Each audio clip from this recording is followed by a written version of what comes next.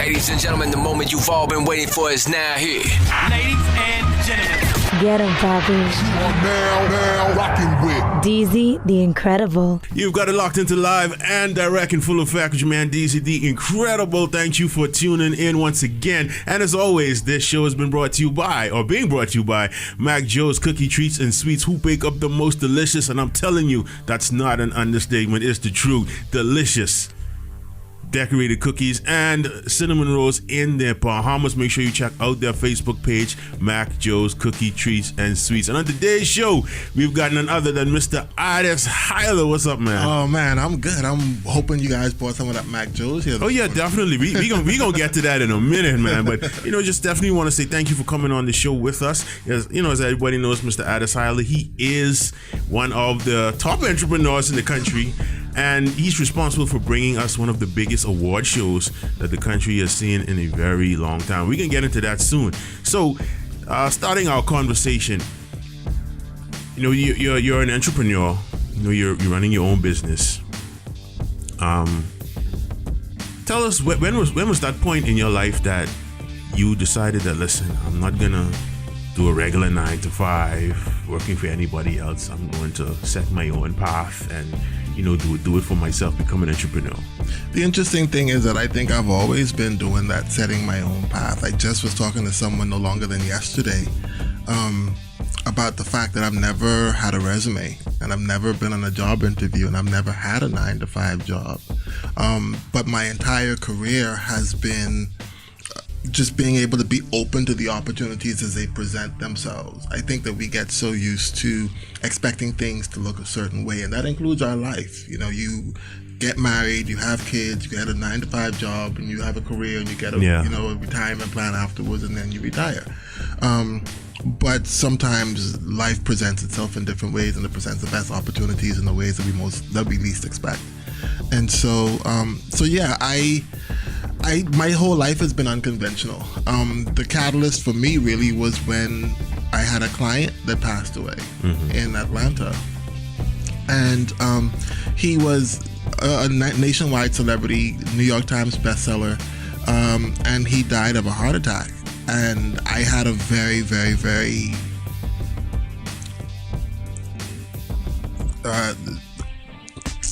what's the word? What is the word? It was like an epiphany for me, just being able to understand that life is bigger than what I had been doing at that particular point. And I found myself at the point at 31, 32 years old where I just wanted to do more with my life. I wanted to create a space for me to grow into the fullest expression of who I was created to be. And I wasn't doing that up to that point. And so the idea came to come home and create a company that does what I love to do every day, and that's tell stories in the most creative and amazing ways. And so that's kind of how it worked for me, just getting to that point where I shifted my mindset from just kind of accepting life as it comes along to being in the driver's seat and understanding that I have to control the destiny, the direction of my life. I have to control the trajectory. I have to make deliberate choices so that I could live the best life I possibly can. And so that's kind of how it started for me. Okay, so is Sidda Communications the first company that you owned and operated? I never owned and operated a company before. I never thought about it before. I think Sidda existed in principle prior to me moving home because I was already working as an independent consultant. I already had public relations and marketing clients that I was working with in Atlanta, just not under a company umbrella. Yeah. So I think it existed before I even moved home, but certainly the creating the framework, the official business framework of the company, and getting a business license and being able to register for VAT, et cetera, those kinds of things didn't happen until I came home. Okay, so give us a little history of how you developed the Sidda Communications company after moving back home. Sidda happened because I wanted to find a way to translate the experience that I had working with the business law group in Atlanta And using that experience, and like I said, creating a space for me to do work that was more fulfilling. When my stepfather passed away in 2007, I was still in Atlanta at the time, and I called one of his relatives, and I told him, I just said, look, I want to be the one to create his funeral program. It was called the funeral program back then. I said we had never done it before. We had worked on a couple in the United States that I thought were really amazing, and I wanted to be able to do it for my stepdad. And I was able to do that. And when I was delivering the books to the funeral home that Friday before the service, there was another family there preparing for their service for the following week. And they saw my stepdad's books, and they were like, oh my goodness, this is so amazing. You absolutely have to do one of these for us. And I said, but I live in Atlanta, and this isn't what I do. I have a career and a job, and I just did this because this is my relative. And they insisted. And so I met them that following Monday on my way back to the airport to Atlanta, created their memory book and shipped it back to Grand Bahama the following week. And that's kind of how it started. That and a few other projects that we worked on over the years is what kind of got me tuned in to the opportunity that I had to use my experience in collateral production and in marketing and in storytelling, and use it in a way that truly impacts people's lives.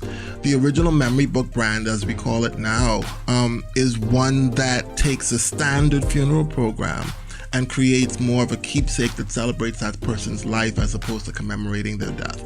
And so you create an extra value proposition for the clients for the same amount of money that they're paying anyway. And it's a piece that truly speaks to their love and their care for their loved one. And so that's kind of how I began to formulate the company. I knew that we needed I call it a cash cow.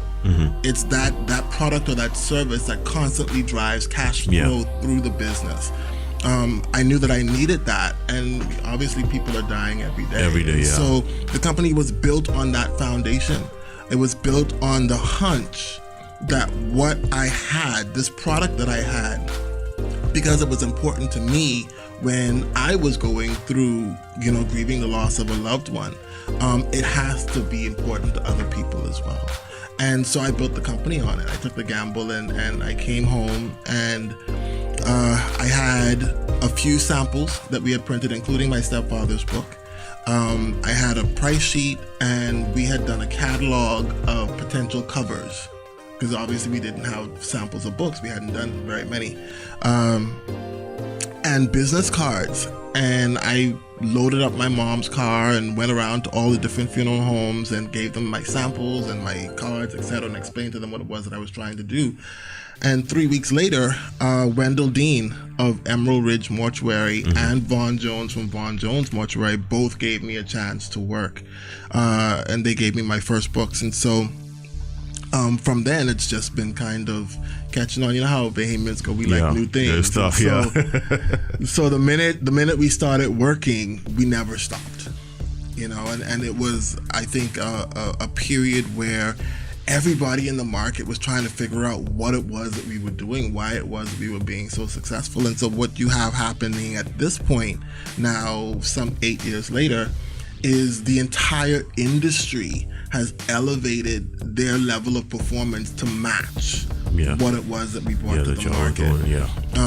And that makes me very proud. And it makes me understand clearly that the importance of, like I mentioned earlier, deliberate intention, being able to operate from a space of honesty and integrity, because at the end of the day, all you have is this one life to live. From your perspective and personal experience, what are some of the pros and cons of being a businessman in the Bahamas right now?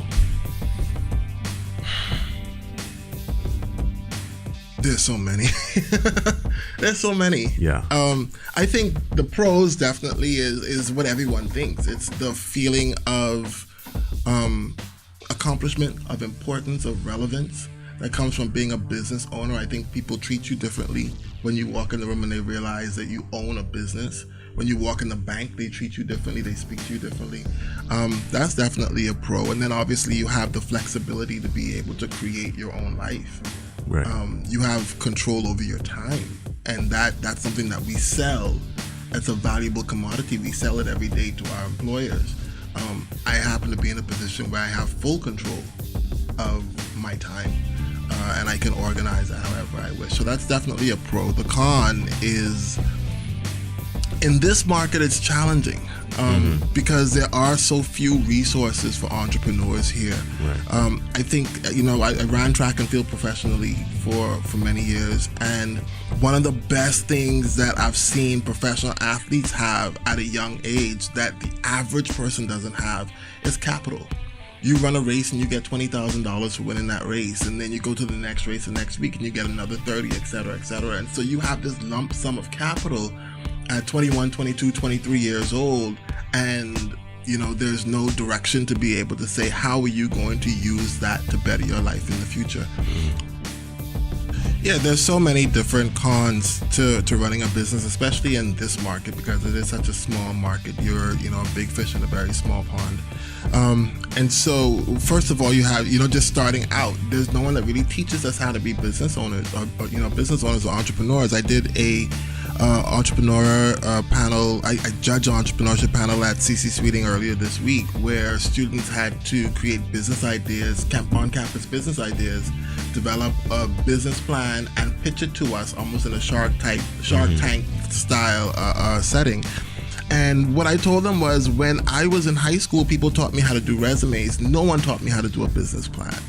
So you're a business owner in the Bahamas, and you're basically starting over from scratch, trying to figure it out from the very beginning, because there's so few resources available, not just for information, but also just for funding and capital.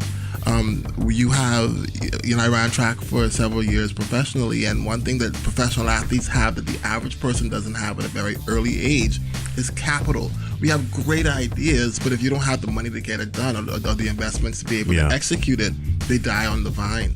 And so that's a challenge as well. And then you have something that I've experienced on every level since I've been home, and that is, people are very quick to jump on the bandwagon of something that they perceive as successful. So when you're selling blue shirts, and people start buying blue shirts, you have 10 other people who say, oh, blue shirt selling, I need to start selling blue shirts as well. Yeah, we see it all the time. Yeah, and so that's a challenge as well, and it makes it a little more difficult, especially in my business, to maintain market share, because you're starting off offering a different product or a superior product at a competitive price. And now you have other companies that have kind of started to catch up to where you are in terms of your quality. And so you tend to lose market share. But so there are all sorts of different challenges. You talk about being able to even just stay motivated, and keep your head in the game, and be able to get up every day and go to work, and be able to make the sacrifices that's necessary to run a business. There's sometimes when my employees get paid and I don't get paid. There's sometimes when the people are coming to, when I had my office, the light bill is due, and I'm like, oh goodness, we don't have no business coming in. There are those times as well. So it's not always, you run a business and then all of a sudden your life is picture perfect. No, it's still a hustle, and it's still a struggle every single day, and you got to have the right mindset for that. Yeah. So what would you say to any young aspiring entrepreneurs that are viewing this show right now? What words of advice would you give them from the standpoint of, start here and then continue to build? What advice would you give them starting out? Start where you are, use what you have, do what you can. I posted that on Facebook earlier this week, and it got an amazing response. And I think the simplicity of it and the accuracy of it speaks volumes to anybody that needs to hear it. I think that a lot of times we get frustrated in life because we compare our journeys to other persons, or, oh, well, he's doing that and he's successful, why am I not there, or whatever. I don't have these opportunities, I don't have the connections, I don't have the political affiliations, whatever have you. There are all sorts of different variables that play into whether or not you feel you can be successful. But at the end of the day, all you have is what you have, this moment right now. So use what you have, do what you can, and just make it happen for yourself, you know. The other thing that I would absolutely say is understand the art of staying in your own lane. I think that Sidda Communications has been so successful because, like I said, it was built on a product that was created for a very organic purpose. It wasn't that I saw that people were creating funeral programs and I wanted to make money making funeral programs. I was a client first. I had identified a need for myself first before I went ahead and created that opportunity to share that with other persons as well.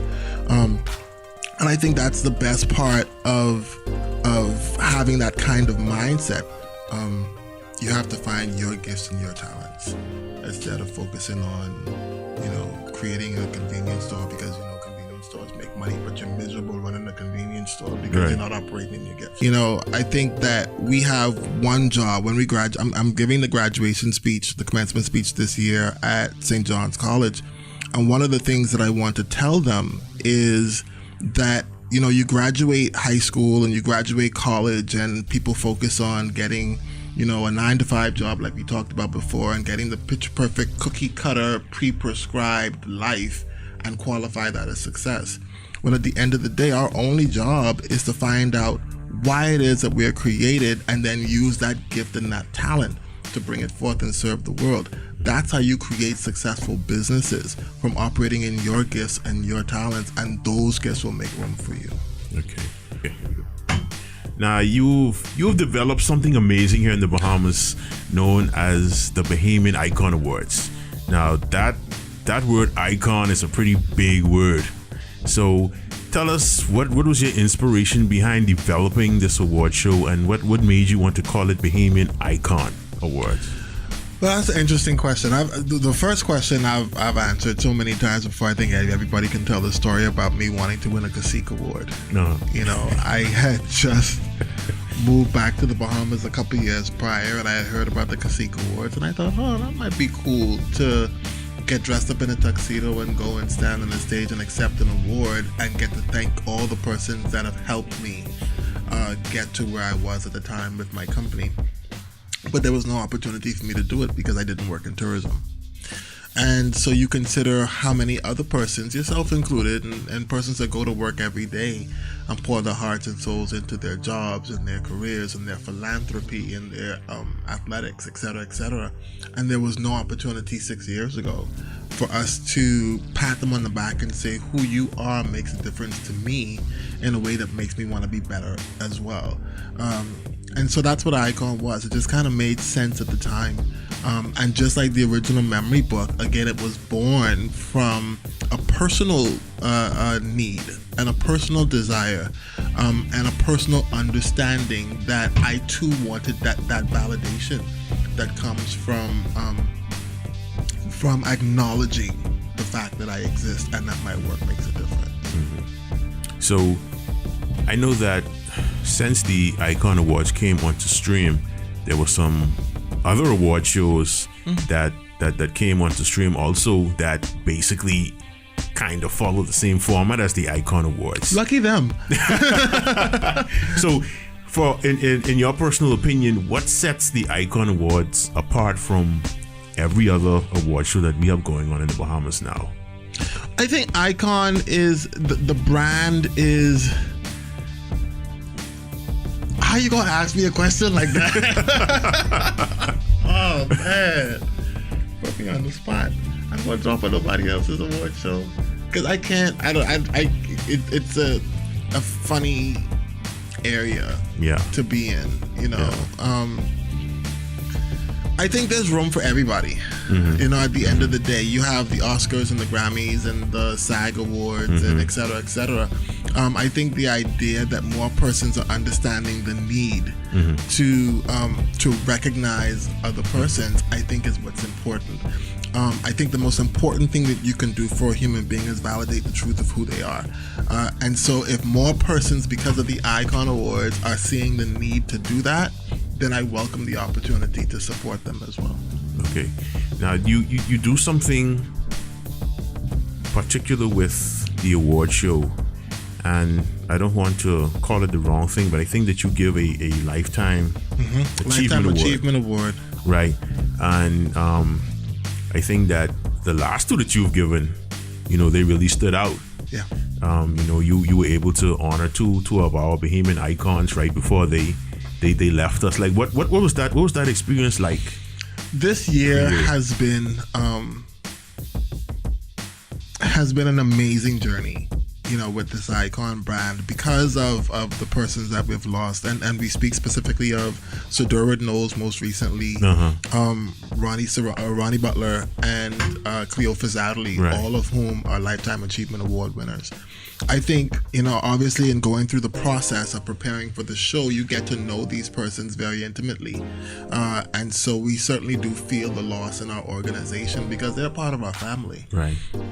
I think the one that was most profound for me, though, was certainly last year, sitting in the audience and listening to Mr. Adderley's acceptance speech. And it was so profound for me because I did understand what it took to make that moment happen and what it took for him to be able to get off of his deathbed, basically, to come and to receive this honor with the love and the honest intention that we had in giving it, truly wanting to recognize his contributions. And so much so that, and I haven't told this story in public before, so you're getting the exclusive.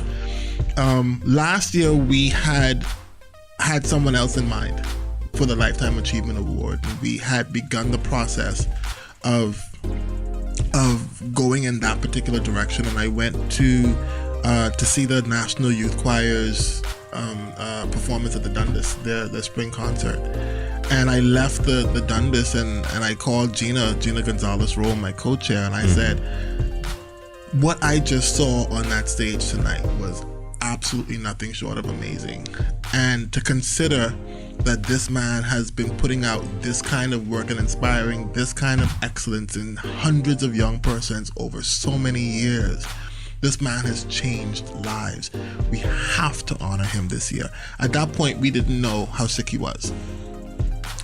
But it was just understanding the magnitude of his contribution and the fact that it hadn't been recognized really on a national scale in this way before.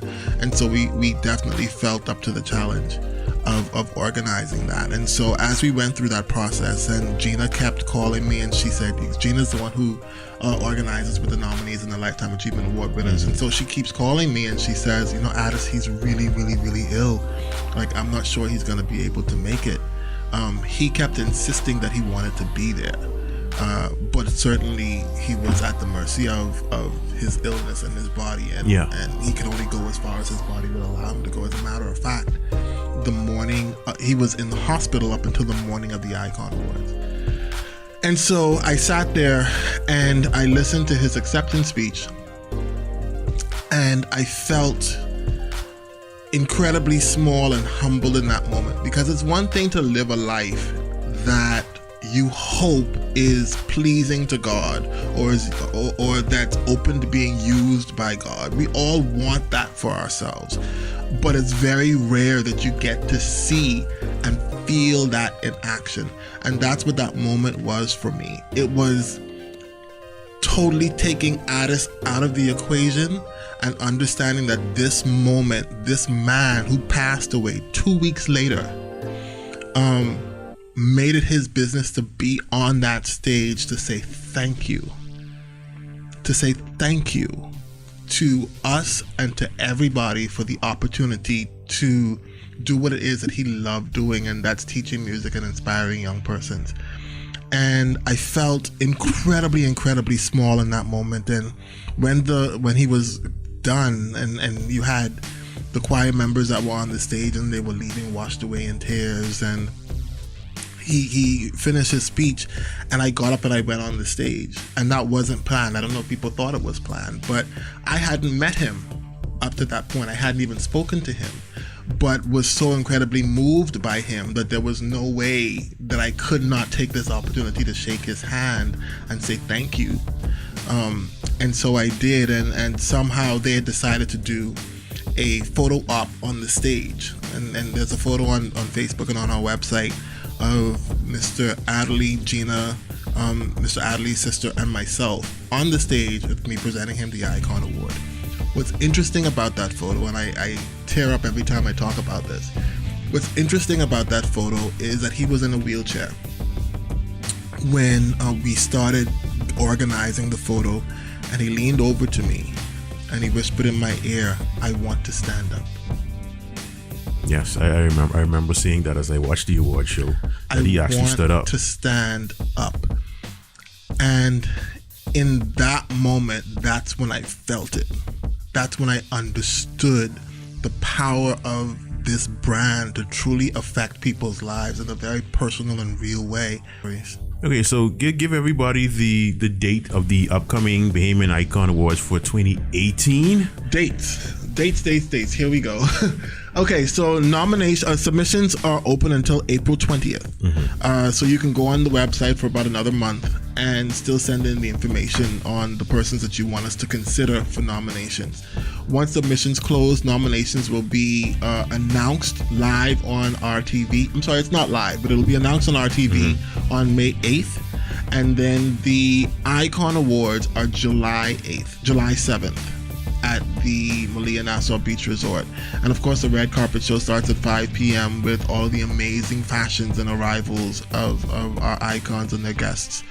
And then the actual show starts at 7:30 right after the R News at 7 o'clock. Okay, give them the name of the website so that they... It's www.BahamianIconAwards.com. And before we go, I know we talked about the sponsors a whole lot with the nomination show, but I can't end this show without singling out a few of them that have been absolutely amazing. Cable Bahamas has been with us since day one and has supported our program and our initiative in any way that they possibly can. They have rolled out the red carpet for us, and we're very appreciative of Alexia Coakley and David Burrows, who's an Icon nominee, and Melissa Colebrook over there at RTV and Cable Bahamas. Alive, Bianca and Johnny and all those over at Alive, who has been our #1 champion for the past 2 years, and we're excited about that. You have Rubis, who's on board with us for the first time this year. You have Scotia Bank. You have Sky Bahamas Airways, which transports all of our Family Island nominees from the Family Islands to Nassau for the show. Buttons Formal Wear, who makes sure that our hosts and our red carpet hosts are amazing every year. So you have so many persons that lend themselves to the success of this program, and we have to be able to say thank you. Right. Well, you just saved me from having to ask you who would you like to shout out before we go. Oh, there you go. Well, I have to also say a special hello to Gina Gonzalez-Roll. I think that it's interesting because I get all the glitz and the glamour the night of the event, and the real work is going on behind the scenes with Gina in her ball gown and her slippers underneath her dress, running around making the machine work. And that's what a lot of people don't realize. My success is her success, and so I'm very grateful to have her as a part of my team. Awesome. You've been tuned into Live and Direct with yours truly, Decent Incredible. My special guest for today, Mr. Addis Huyler. And as always, the show has been brought to you by Mac Joe's Cookie Treats and Sweets. Let me tell you something, man.